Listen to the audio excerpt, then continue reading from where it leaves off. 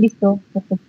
Bien, yo soy la doctora Edith Guardia, soy médico neumóloga, egresada de pregrado de la Universidad Nacional Mayor de San Marcos y de posgrado de la Universidad Federico Villarreal, en Lima. También soy de una universidad pública, como ustedes, y he podido, pues, experimentar, atravesar diversos momentos de lo que implica estar en una institución del Estado, ¿no? Tanto lo bonito y lo no tan bonito. Entonces, traten de ser muy curiosos, cuestionadores, preguntones, por así decirlo, ya que es la única manera de aprender. Muchas veces a todos los que hemos formado parte de instituciones públicas, prácticamente hay que bailar por nuestro propio pañuelo, ¿no? Con nuestro propio pañuelo. Entonces, ese es el momento de sacarse las dudas, de perder la vergüenza y el miedo a equivocarse, ¿sí? De cualquier cosa pueden interrumpir. De hecho, no veo la pantalla, no voy a ver si escriben mensajes, así que tendrían que prender su micrófono para saber que están, si quieren participar. Y no tengo ningún problema y revisamos la duda, la inquietud y seguimos con la clase. Como les expliqué, voy a centrarme en este primer día en hablar sobre el EPOC y el asma lo veremos cómo lo agrupamos en el transcurso de la siguiente semana, junto con neumonía. Ok, entonces, EPOC. ¿Qué es EPOC? Son las iniciales, ¿no?, de la enfermedad pulmonar obstructiva crónica, la cual es considerada una enfermedad a nivel, digamos, de la vía aérea, ¿no?, a nivel de las vías bronquiales. Es una enfermedad crónica, crónica por el tiempo de evolución en el cual se desarrolla. Además, también se caracteriza porque habla sobre una obstrucción de la vía aérea, o también conocido como limitación del flujo aéreo. A diferencia del asma, que seguramente también lo tocaremos en la próxima clase, que también es una enfermedad obstructiva que habla sobre limitación del flujo aéreo, el EPOC es una enfermedad no reversible o irreversible, usualmente progresiva, crónica, asociada a una respuesta inflamatoria anormal pulmonar por partículas nocivas o gases. Es considerada una enfermedad multisistémica también, porque si bien es cierto, uno se centra en la explicación fisiopatológicamente hablando de la vía aérea, lo cierto es que en el transcurrir de la evolución puede haber afectación a nivel cardíaco, por ejemplo, ¿no? Y por ende, mucho compromiso metabólico, también muchas veces pacientes con condiciones de obesidad, obesidad mórbida, arritmia cardíaca, ¿no?, falla cardíaca derecha, ¿no? Todas estas condiciones patológicas se pueden correlacionar dentro del desarrollo del EPOC en el transcurrir del tiempo. Entonces, prácticamente es considerada una enfermedad multisistémica, que claro, inicialmente es a nivel de lo que es vía aérea. Entonces, es una enfermedad crónica, inflamatoria, irreversible, funcionalmente hablando, y progresiva. Dentro de la historia de cuál es la relevancia de este grupo de enfermedad, podemos centrarnos en este gráfico. Si logran ver aquí, es como digamos, son las tasas de mortalidad en los Estados Unidos del año 65 al 98, donde se puede ver cómo adquiere cierta relevancia, ¿no? Si bien es cierto, tenemos dentro de los primeros años, lo que es que las mayores tasas de mortalidad eran asociadas a enfermedades cardíacas.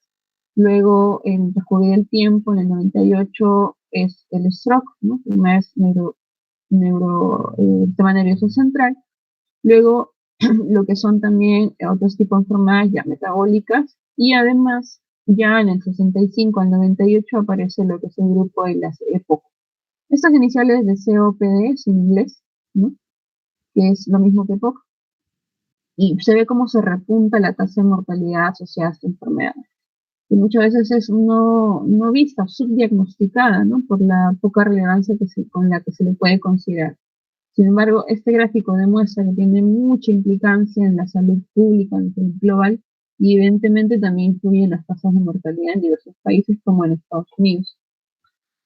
La guía más importante que habla sobre referencial a nivel mundial sobre esta enfermedad es la GOLD, ¿no? La GOLD es una guía que se actualiza año tras año. De hecho, tenemos una ya del 2024 que se parece bastante, mucho a la del 2023, pero claro, siempre hay detalles de cambios, actualizaciones en algunos conceptos. Es descargable, es gratuita, ponen Gold 2024 en internet y se lo pueden descargar. Obviamente está en inglés, ¿no? Pero bien, es traducible. Entonces, este gráfico un poco irónico habla sobre que hace muchos años, ¿no? Se consideraba las enfermedades obstructivas de la vía aérea y que podrían incluso ser tratables con cigarrillos, ¿no? Los cigarrillos mentolados, les llamaban, cigarrillos curativos de la época, ¿no? Enfermedades obstructivas del broncoespasmo, ¿no? Son términos mucho más antiguos, mucho más, digamos, populares, que desde el punto de vista comercial comenzó a ofrecerse a los pacientes el cigarrillo mentolado, ¿no? Curativo de la época. Obviamente esto es totalmente jala de los cabellos, ya que no tiene ninguna relación favorable ni positiva, ¿no? Al contrario.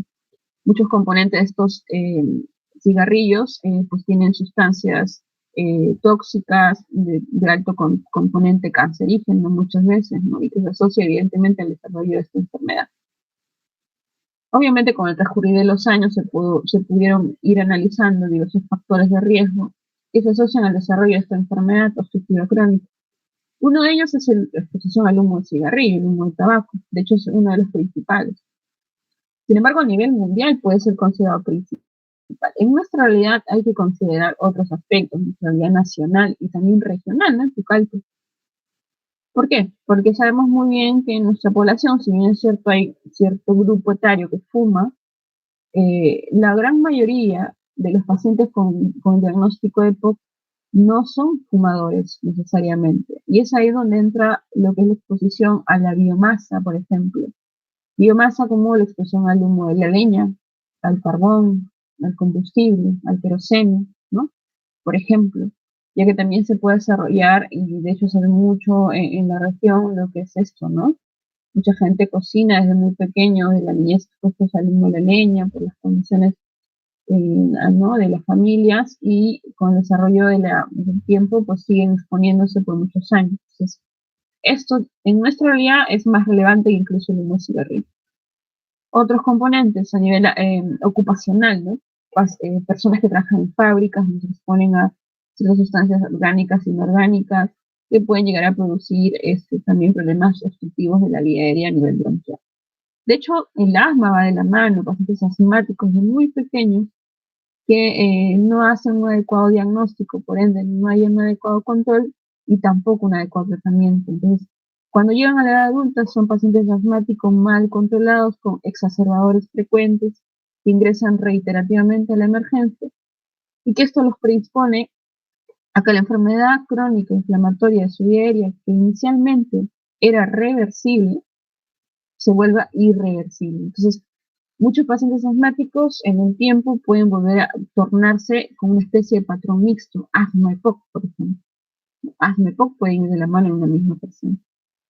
Bien, factores genéticos, hay muchas enfermedades también asociadas a déficit de ciertas sustancias, como la alfa-1 antitrypsina, que es bastante raro en nuestra población, porque más lo vemos en los europeos, o en los, por ejemplo, aquí en Latinoamérica, muchos de Argentina, ya que tienen otra descendencia, no más italiana, europea, ellos tienen mayores enfermedades de EPOC asociadas al déficit de alfa-1 que básicamente es sobre una alteración genética, ¿no? Una proteína.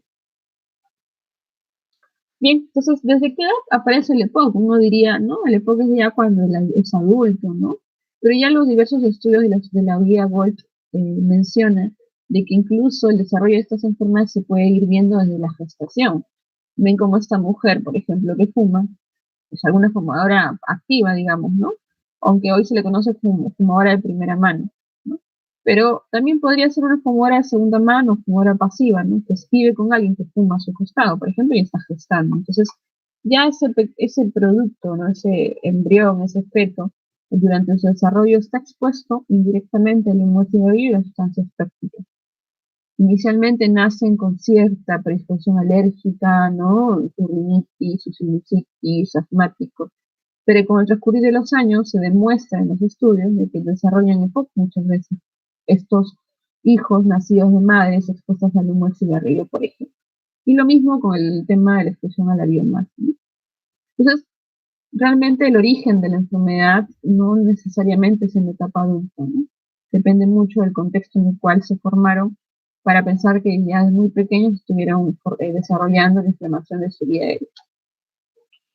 Y esta es una imagen clásica que podemos ver en muchas realidades en familias de la región, ¿no? De hecho, no solamente aquí, en muchas zonas de la sierra del país cocinan con leña, ¿no? O usan determinadas sustancias, no solamente la madera, ¿no? Usan sustancias inorgánicas, muchas veces usan lo que son los excrementos de los animales como medio para producir, en este caso, el fuego, ¿no?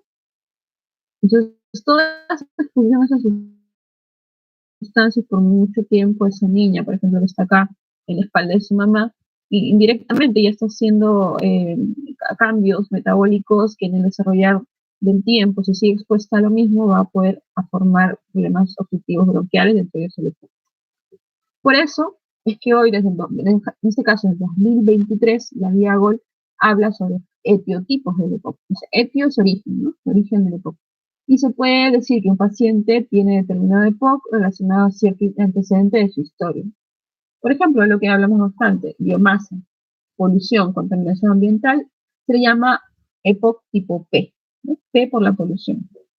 ¿Qué otras cosas? En nuestra realidad, también en Pucallpa hay mucha tuberculosis. Entonces, hoy por hoy se habla del EPOC como consecuencia de una inflamación crónica que queda secuelar a haber sufrido una tuberculosis, por ejemplo, ¿no? Eso se llama el EPOC-I, por infección, etiotip, ¿no? ¿Qué más? El mixto que les dije. Antes se llamaba overlap EPOC-asma, por ejemplo. Ahora se llama EPOC-A, A de asma. Ambas enfermedades presentes en la misma persona. ¿Qué otro origen? Genéticamente, ¿no? Estas déficits de proteínas, estas mutaciones genéticas de nacimiento, EPOC-G, ¿no? EPOC, desarrollo pulmonar normal, ¿no? Lo que estábamos hablando, por ejemplo, en niños con ciertas condiciones al nacer, como bajo peso, prematuridad, por ejemplo, EPOC-D, ¿no? Alteración durante su desarrollo. Bien, hoy por hoy también se conoce el uso del cigarrillo electrónico, el vapeo. El vapeo, si bien se usó inicialmente como un reemplazante de la adicción del humo al cigarrillo, hoy ya se sabe que hay muchos efectos nocivos secundarios, ¿no? El cannabis, la marihuana, fumar marihuana, otras sustancias evidentemente ilícitas, en punto de vista como hábito, también puede desarrollarse a lo que es el EPOC en el tiempo, ¿no? Bien, entonces acá recuerden mucho que puede llegarse a preguntar examen, el EPOC-I, en nuestra realidad, tuberculosis, VIH. Estas enfermedades, si bien son infecciosas, durante el desarrollo, en este caso la TB, que sí se cura, va a dejar muchas secuelas. Por lo tanto, hay muchos pacientes en la consulta con antecedente TB que hacen EPOC. Esto es una pequeña tabla, ¿no? Donde se le da cierta relevancia al tema de cómo es que obtienen energía las familias en ciertas realidades, ¿no?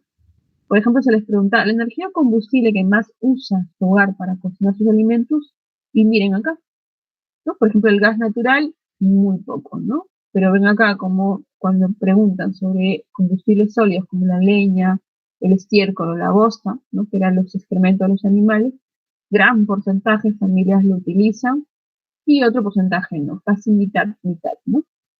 Entonces, súper importante tener esto como antecedente y de hecho deberíamos preguntar en la historia clínica a los pacientes, siempre. Cocina con leña, cocido con leña, estuvo expuesto cuántos años, etc. Factores de riesgo para EPOC en nuestro país, ya lo mencionamos. Biomasa a la cabeza. 35% de los hogares de todo el país cocinan con leña, etc. Bien, solamente un pequeño porcentaje fuman, ¿no? Ven que no tenemos mucho este factor, a diferencia de países como Brasil, Argentina, ellos fuman muchísimo. Uno va, si en algún momento tiene la oportunidad de viajar, en todas las restaurantes, cafeterías, está permitido fumar, en el cine está permitido fumar, ¿no? Entonces es totalmente diferente. En Europa los pacientes que se hospitalizan, créanme que jala de los cabellos, pero se hospitalizan por una exacerbación de EPOC, por ejemplo. Y esos pacientes, como son adictos al humo cigarrillo, en esos hospitales públicos les permiten seguir fumando en otros ambientes, salen al patio y siguen fumando. O sea, son otra realidad, la prevalencia de este factor es mucho más alta, ¿no? Bien, prevalencia aproximada de EPOC en nuestro país, 700.000 personas, ¿no? No es nada poco, ¿no? Esto es algo actualizado en el 2023. Fisiopatología. Principalmente recuerden aquí lo que son la presencia de las células de los neutrófilos. Los neutrófilos son la célula central, ¿no?, del eje de la fisiopatología de la formación de esta enfermedad. ¿Por qué?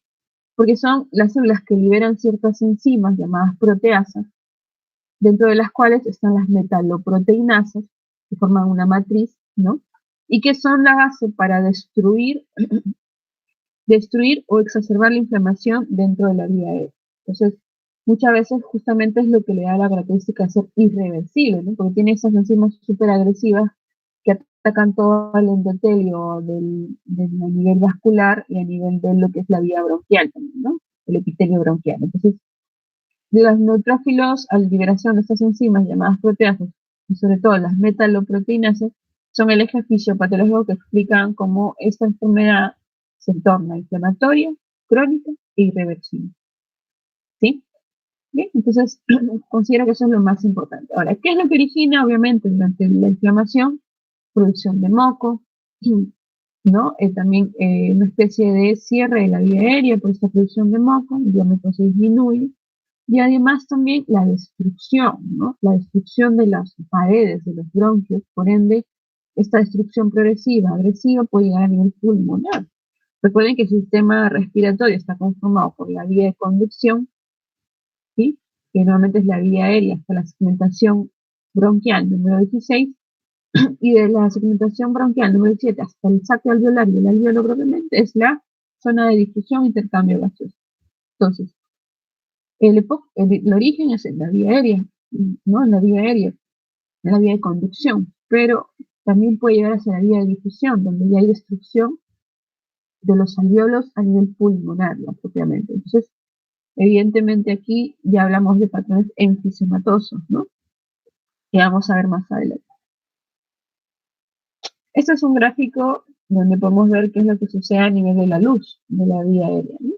Entonces, en mi caso, sacos alveolares, que es un contexto normal, sano, una persona sana, tiene este grosor, este diámetro, esta estructura de las conformaciones de sus paredes, ¿no?, donde podemos ver un epitelio, una luz, ¿no?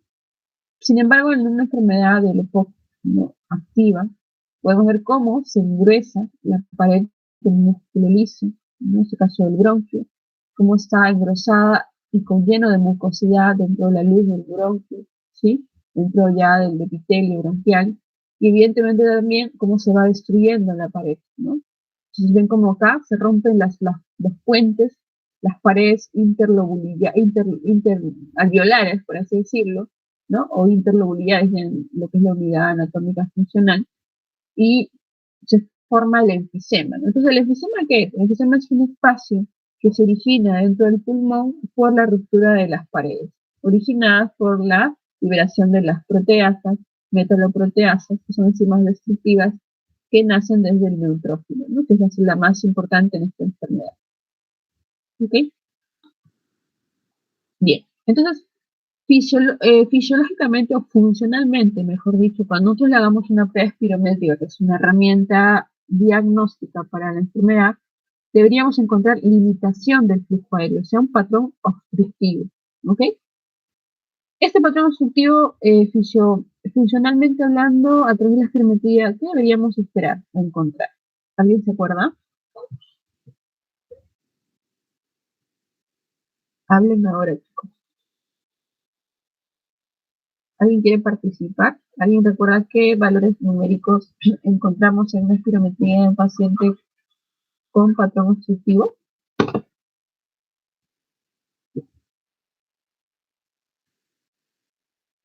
Ahora vamos a preguntar.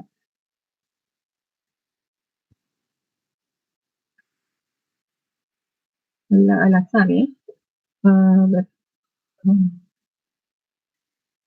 Regifo Lazo Ángela, ¿está presente? Doctora, buenos días. Buenos días, Ángela. ¿Recuerdas este concepto funcional en una espirometría para hablar de un patrón obstructivo? Si no recuerdas, dime, no recuerdo. y lo revisaremos, ¿no? Esto lo han llevado ¿qué año? Esto es en el cuarto. No lo recuerdo, doctora. Ok, ¿alguien quiere participar? ¿Alguien recuerda? No. Doctora. ¿Sí? ¿Sí? ¿Es cuando el índice de tifanio es menor a 70? Perdón, menor a 0.7 o 70%? Te refieres a la relación del BEPS-1 sobre la capacidad vital forzada, ¿no? Sí, así es. Claro, sí, es correcto, está bien. Recuerda que el índice de tifanio es un concepto diferente. Obviamente, si nos da chance, cuando toquemos asma, lo vamos a poder explicar un poquito más. Pero el valor es la relación entre el BEPS-1, que es el volumen respiratorio forzado en el primer segundo, sobre la capacidad vital forzada. Esto tiene que tener una relación, un valor menor a 0.7 o 70%. Teóricamente, ¿ok? Porque hoy por hoy ya la guía me habla como punto referencial o otro parámetro. Pero, a ver, a grandes rasgos, si tienen que recordar un valor numérico, acuérdense de eso, del 0.7 y 70%. Además de comprobar que la relación está disminuida, ¿no? Por debajo de 0.7, también hay que ver qué cosa. ¿Recuerdas? ¿Cuál es el otro parámetro para hablar de obstrucción? Patrón obstructivo en una espirometría.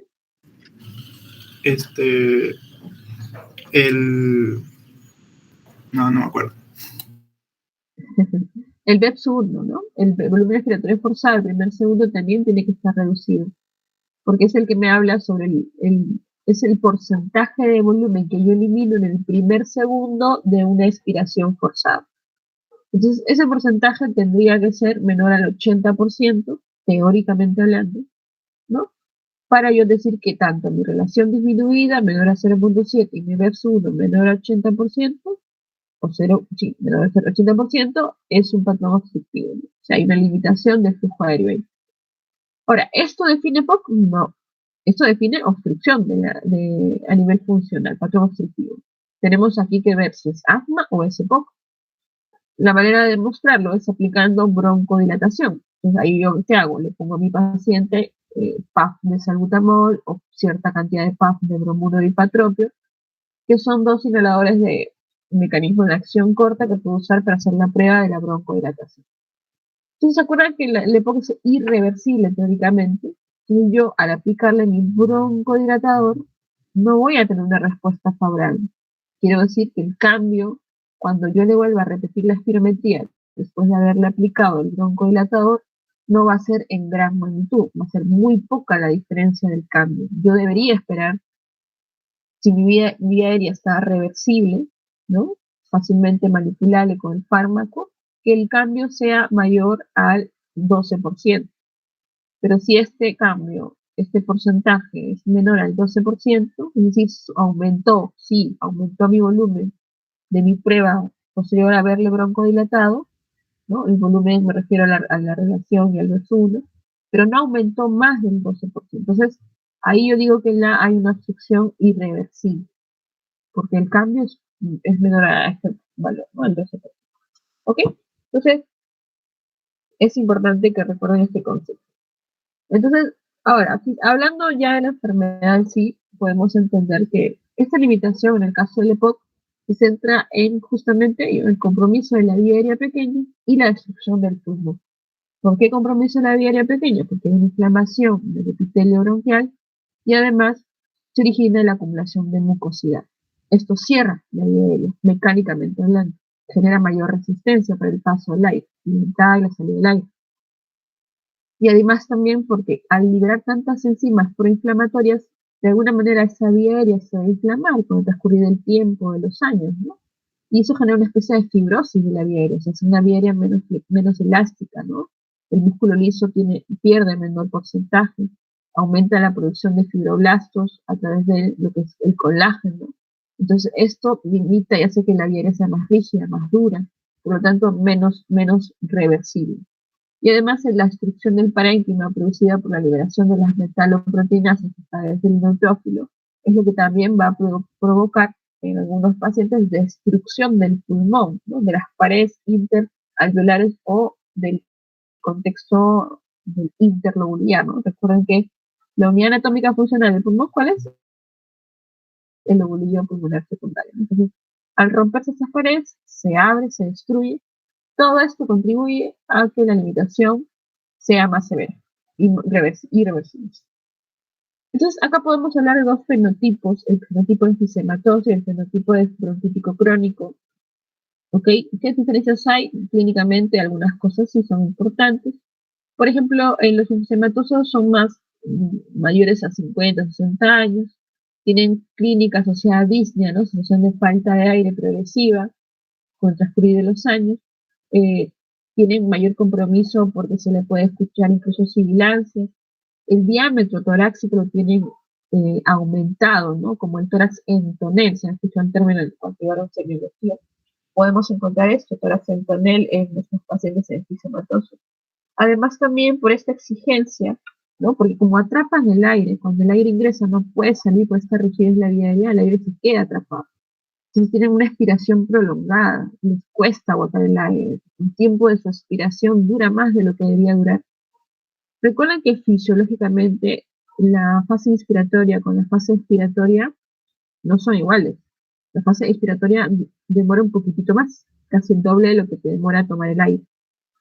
Pero en un paciente enfisematoso, ¿no? Fenotipo enfisematoso de POC, esta duración de eliminar la expiración es mucho más demorada todavía, dura mucho más. Son pacientes normalmente adelgazados, muchas veces pueden perder peso en el transcurso del tiempo, y se les llama también sopladores rosados, ¿no? Porque todavía no entran en el cuadro de la cianosis por la hipoxemia crónica que llegan en el otro fenotipo, que es el fenotipo bronquítico crónico, cuya clínica se asocia más a tos productiva, ¿no? Estos pacientes tosen, botan flema, eso te cuentan en la consulta, ¿no? Además también ya como es más crónico, mucho más severo, son pacientes más adultos todavía, más de 70, 80 años, ¿no? Entonces una historia más crónica de la enfermedad, puede haber ya signos de hipoxemia crónica como la coloración cianótica, ¿no? Se llama abotagado azul, ¿sí? Entonces, además también que puede haber ya clínica, ¿no? De la parte de compromiso de la parte derecha del corazón. Recuerden que si hablamos de que hay una limitación en la expansión, eliminación del aire, en la mecánica ventilatoria, el corazón que está ubicado en el mediastino medio anterior también se va a ver afectado, porque tiene al costado derecha e izquierda un pulmón rígido, limitado, ¿no? Entonces, puede aparecer falla cardíaca, ¿no? Es decir, hay una afectación de la fracción de eyección por esta rigidez que rodea el corazón, propio de los pulmones afectados, ¿no? Entonces, esta falla cardíaca se va a ver afectada, pero sobre todo por el dominio derecho. Es decir, la falla cardíaca derecha o cor pulmonare, ¿ok? Que se asocia mucho a pacientes con EPOC evolutivo, crónico, muy adultos mayores, obviamente cuadros descompensados, maltratados, mal controlados, ¿no? Y hay que buscar aquí clínica de falla cardíaca derecha. Tenemos lo que es el edema periférico en miembros inferiores, aumento en la presión yugular, dolor abdominal, dolor en la región hepática, ¿no? Clínica de falla cardíaca derecha. Esa es la parte que tiene que repasar.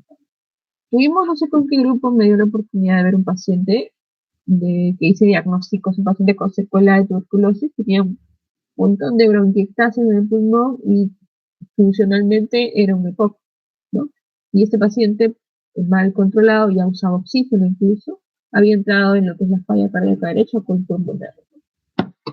Entonces, por eso es que se habla de que es una enfermedad multisistémica, ¿no? No es solamente me centro en el pulmón, en la vía aérea, no. Hay que evaluar varios órganos. Entonces, clínicamente, ¿cómo podemos ver, no?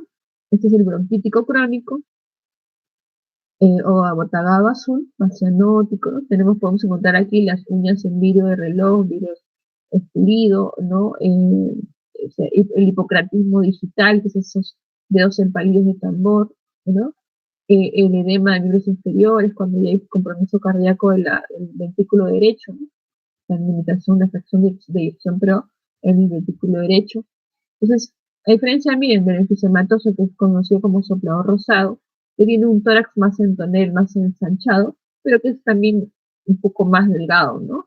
Y todavía no ha entrado en el cuadro de la cianosis, porque en el tiempo esto tiene un poquito menos, ¿no? Ya que son personas de 50, 45 años, ¿no? Bordeando los 60. Estos son mucho más adultos. Ahora, recuerden que todo esto es teórico, ¿no? A veces la realidad se contrapone. Podemos tener pacientes jóvenes y bronquíticos y adultos mayores enfisematosos, o sea, pero teóricamente tengan una idea, ¿no? Y esto se cumple en un grupo de pacientes. ¿Qué examen de sociedad yo debería pedir? Una prueba espirométrica, ¿no? Es lo que hemos conversado hace un ratito. La relación debe estar disminuida, el vector disminuido para la delimitación del flujo aéreo, o sea, patrón obstructivo.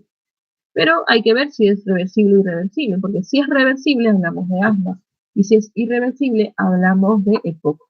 Entonces, como yo demuestro la reversibilidad en mi prueba espirométrica con la aplicación de la prueba de la broncodilatación, y en la cual me valgo de, en este caso, el salbutamol o el bromuro hipertópico, ¿no? El salbutamol es un beta-2 agonista de acción corta que se usa para esta prueba. El bromuro es otro, es un antimuscarínico de acción corta, ¿no? Ambos se pueden usar. Que también hay otra prueba conocida llamada DELCO, que se llama el test de difusión del monóxido de carbono, que también podemos usar para el diagnóstico. No es, digamos, accesible, de hecho es una prueba muy cara, y tampoco es que podamos disponer de esta cuando queramos, realmente es muy limitado el uso, ¿no? Pero podríamos tenerlo en cuenta si tenemos un paciente y la posibilidad de hacerlo, sí, también podemos hacerlo. Además, si yo le tomo un examen gasométrico o simplemente le pongo la saturación en el dedo, puede encontrar desaturación también, lo cual habla de un estado de hipoxemia muy probablemente. De hecho, estos términos de hipoxemia y hipercapnia son términos gasométricos, ¿no? Habría que hacer un análisis de gases arteriales para comprobar. Esto de aquí, el volumen residual aumentado y la capacidad pulmonar aumentada, habla justamente cuando el paciente ya tiene una evolución o enfisematosa, principalmente porque retiene el aire, ¿no? No puede eliminarse, se queda. ¿Y qué significa? Y yo, mi volumen residual, que es el aire que siempre me queda en el pulmón, luego de hacer una inspiración forzada, va a aumentar en magnitud. Entonces, también puede encontrar estas características. Ahora, esto de aquí no lo voy a hacer con una espirometría. Estos resultados lo voy a hacer con otra prueba que se llama pletismografía. Es otra prueba. Entonces, hay varias pruebas funcionales que yo puedo usar. Pletismografía, la difusión del monóxido de carbono, un análisis de gasometría arterial, una prueba de espirometría, que me pueden ayudar a entender mi cuadro funcionalmente hablando, ¿no? ¿Ustedes saben tomar AGA? Análisis de gases arteriales, ¿han tomado una vez?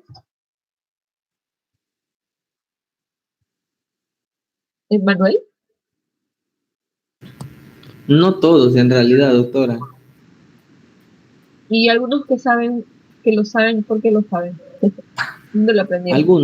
Algunos han practicado aparte en los hospitales. Ah, ¿así? ¿Sabes por qué Sí. te pregunto? Porque como nos vamos a ver en las prácticas, yo a casi todos mis pacientes que hospitalizo les pido nada. Siempre. Porque necesito tener un basal, ¿no? Como está gasométricamente hablando. Entonces, a veces se van a dar cuenta que estoy contra el tiempo. Y si ustedes saben tomar agua, me ayudarían muchísimo. Pero bueno, a ver si pueden ir viendo ese tema, vayan repasando y podemos ir también conversando de las prácticas. Ya. Ok, entonces, esto es ya algo que había mencionado, diversos fenotipos, ¿no? Hablé yo del hiperinsuflador, que es el enfisematoso. Hablé del bronquítico crónico, hablé ya de cuando hay afectación de una mutación de proteína y genético, hablé del platón mixto, ASMEPOC, ¿no? Y también está el EPOC sistémico cuando hay afectación cardíaca, por ejemplo, con el corte pulmonar o cardíaca derecha. También está el EPOC exacerbador frecuente, ese paciente que va a cada rato a la emergencia por crisis, se le cierra el pecho, broncoespasmo. Seguramente es un paciente mal controlado, mal tratado, ¿no? Pero existe, se le puede categorizar con fenotipos. ¿Cómo yo evalúo el cuadro? Entonces, el primer punto es hacer una evaluación espirométrica funcional para yo detectar la obstrucción del flujo aéreo. Evidentemente lo hago a un paciente que tiene síntomas sospechosos de EPOC, como tosedores crónicos, productores de esputo, ¿no? Están botando flema hace mucho tiempo, qué sé yo, antes de tuberculosis, eso ya depende de mi historia, mi anamnesis. Pero si yo digo, a ver, quiero evaluarle que no tenga EPOC, necesito hacer una prueba. La prueba que tengo más rápida al alcance, costo efectiva, es una espirometría así. Una espirometría completa, mejor dicho. Entonces, ¿qué tengo que encontrar? Limitación es una relación disminuida, ¿no? Pero cuando es post-broncodilatación, es decir, que está irreversible, ¿no? O sea, es una relación disminuida, pero posterior a haberle aplicado el broncodilatador, porque quiere decir que sigue, si era antes menor a 0.7%, le aplico el inhalador, el broncodilatador, le vuelvo a repetir y sigue la relación menor a 0.7, o sea, irreversible. Cumple esto, ahora hay que categorizar qué grado de obstrucción tiene para hacer el GOL 1, 2, 3 o 4. Y para categorizar a mi paciente en el GOL 1 y 4, tengo que saber ya el valor del PEX1. Este valor depende del porcentaje que se obtenga en la prueba. Si es mayor o igual a 80% es 1. Si es menor de 50 a 79, 2. 30 a 49, 3 y menor a 30%, 4. ¿Ok?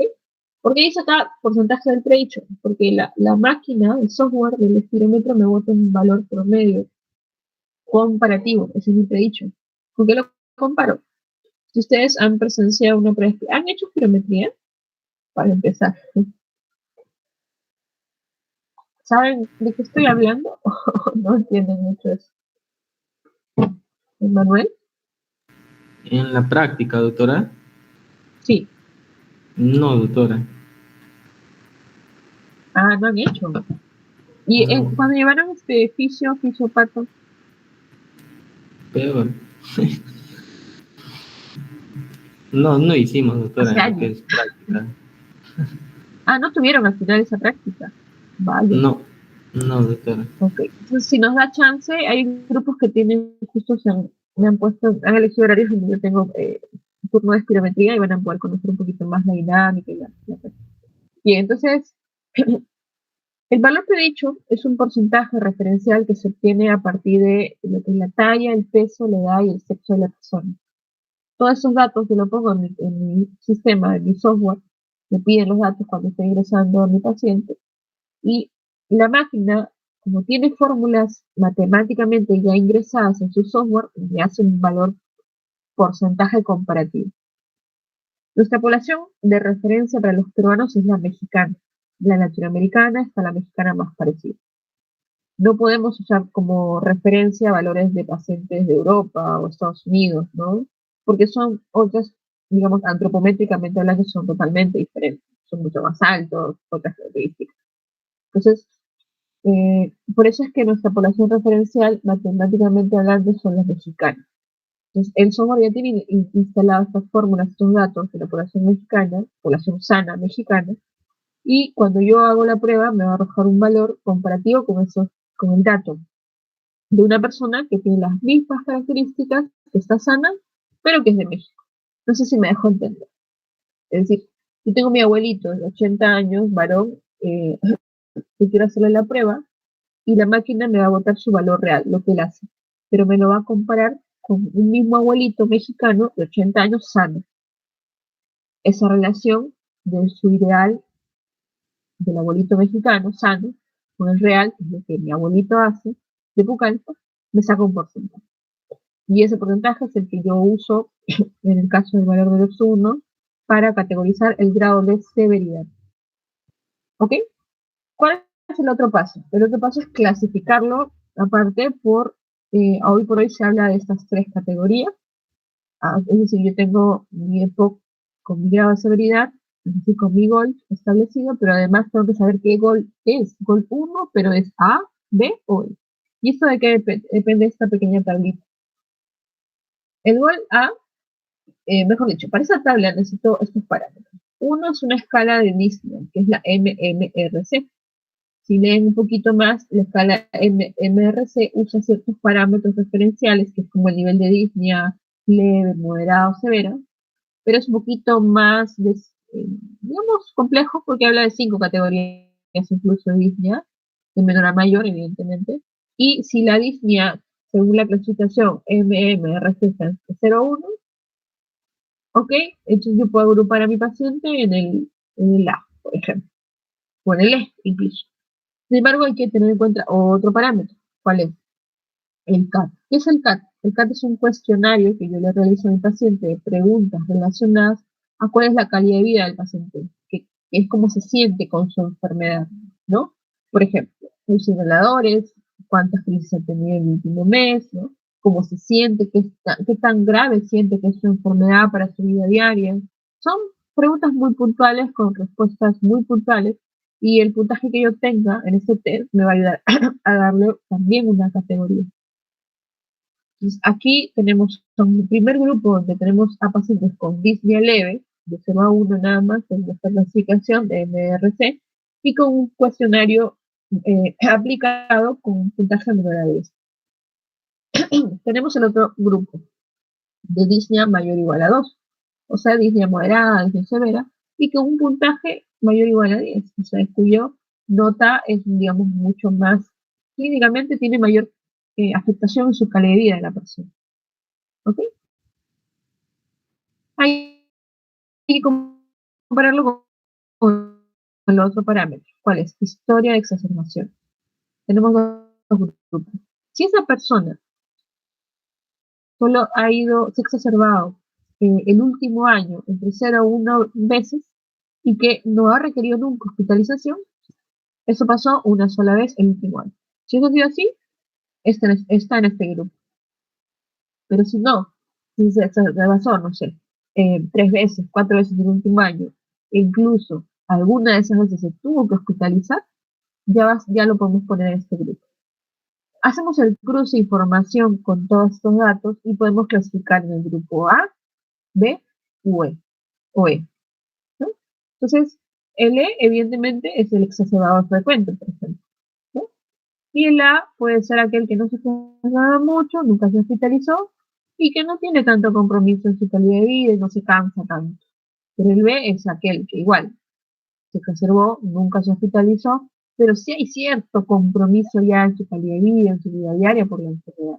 Y que incluso el nivel del cansancio, la de aire es un poco más marcado. Entonces, todo esto me ayuda a hacer un diagnóstico más correcto y agrupar a mi paciente en determinada categoría.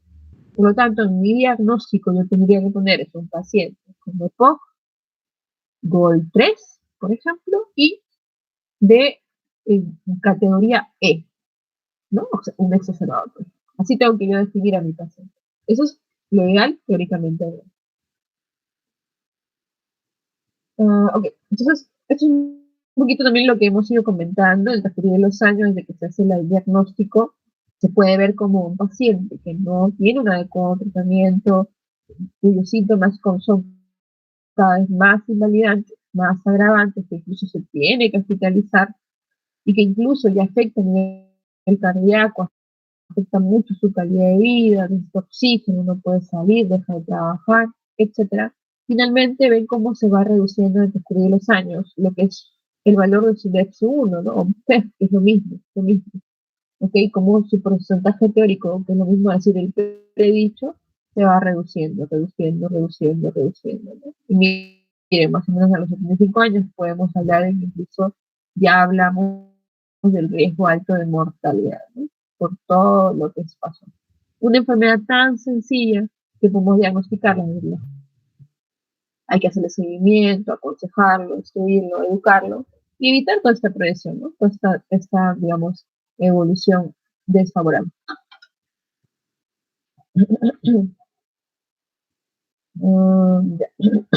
Estos son los gráficos en lo que es la prueba espirométrica. Hay dos curvas, una es la curva flujo-volumen y otra es la curva volumen-tiempo, que relaciona justamente estos parámetros de acuerdo a las maniobras forzadas que hace mi paciente.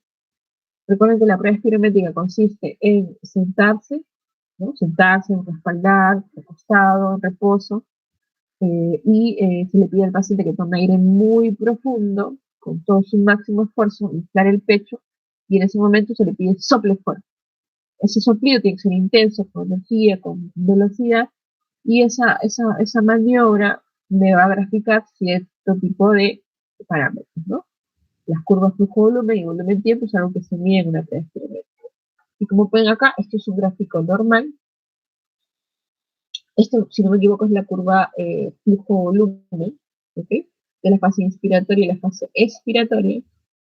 Y vemos acá cuando ya hay cierto patrón obstructivo leve, como la fase inspiratoria, entra el aire, no hay problema, pero para salir el aire ven cómo se forma una concavidad, ¿no? O sea, cómo se limita la salida, no es libre, sencilla, fluida, ¿no? Sino bota el aire con dificultad, incluso puede demorar más en que libere el aire, puede ser hasta acá. Y cuando ya es severo, miren cómo se achica, se afecta tanto la inspiración como la expiración. Ya, entonces, obviamente eso es algo más extremo, ¿no? La evolución, pues, hay un patrón espirométrico evolutivo también. Es una obstrucción que puede ser cada vez más severa. Existen algunos scores, el índice Bode, por ejemplo, utiliza variables y puntuaciones, claro, es una fórmula matemática finalmente, pero me ayuda a ver un poco lo que es el pronóstico del paciente en el tiempo. Entonces, tenemos que tener datos como, por ejemplo, el índice de masa corporal, el valor del X1, el nivel de disnea, de acuerdo a la escala MMRC, y hacer una prueba, idealmente, que se llama, es de caminata de los 6 minutos, que es algo que también van a ver en la práctica conmigo cuando tengan la oportunidad, que también me da un valor referencial. Entonces, estos parámetros me ayudan a clasificar de acuerdo al puntaje obtenido en el nivel de compromiso clínico y por ende hablar de un pronóstico en el tiempo del paciente.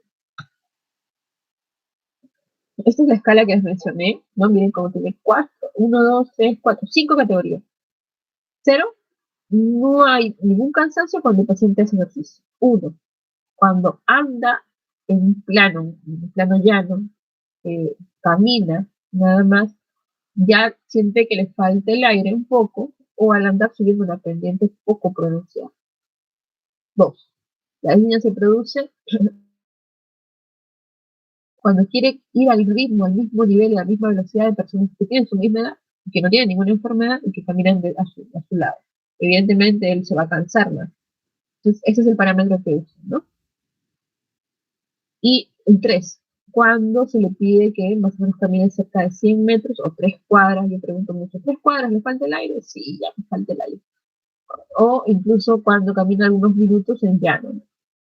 Y 4, por último, evidentemente es lo más severo, cuando incluso ya no le permite ese cansancio ni incluso salir de la casa. Tiene que estar dentro, incluso hay cansancios para cambiarse de ropa, bañarse, etc. Entonces, tratan de encontrar un parámetro referencial. Yo normalmente lo que suelo hacer es, 0 es obvio, ¿cierto? No hay cansancio. 1, uso mucho el término de subir una pendiente. ¿Sube las escaleras? ¿Me falta el aire? Sí, ok, 1. Pero si a eso le pregunto, si usted camina con alguien de su edad y esta persona le gana, o sea, que quiere seguir aquí, ¿ya le falta el aire? Sí, me dejan, ¿no? Me dejan. Mi hijo camina y yo no puedo alcanzarlo, o mi hermano camina y no puedo alcanzar. Obviamente ya es un caso. Y esto, 3 cuadras. 3 cuadras camina, ¿le falta el aire? Sí, uy, ya es un caso. ¿Le falta el aire cuando se cambia de ropa? Sí, uy, ya es un 4. Entonces, hay ciertas preguntas, digamos, como tips para poder resumir mejor mi cuestionario en la evaluación, ¿no? Entonces, lo que le decía, el índice Bode se usa para hablar de mortalidad. Doctora,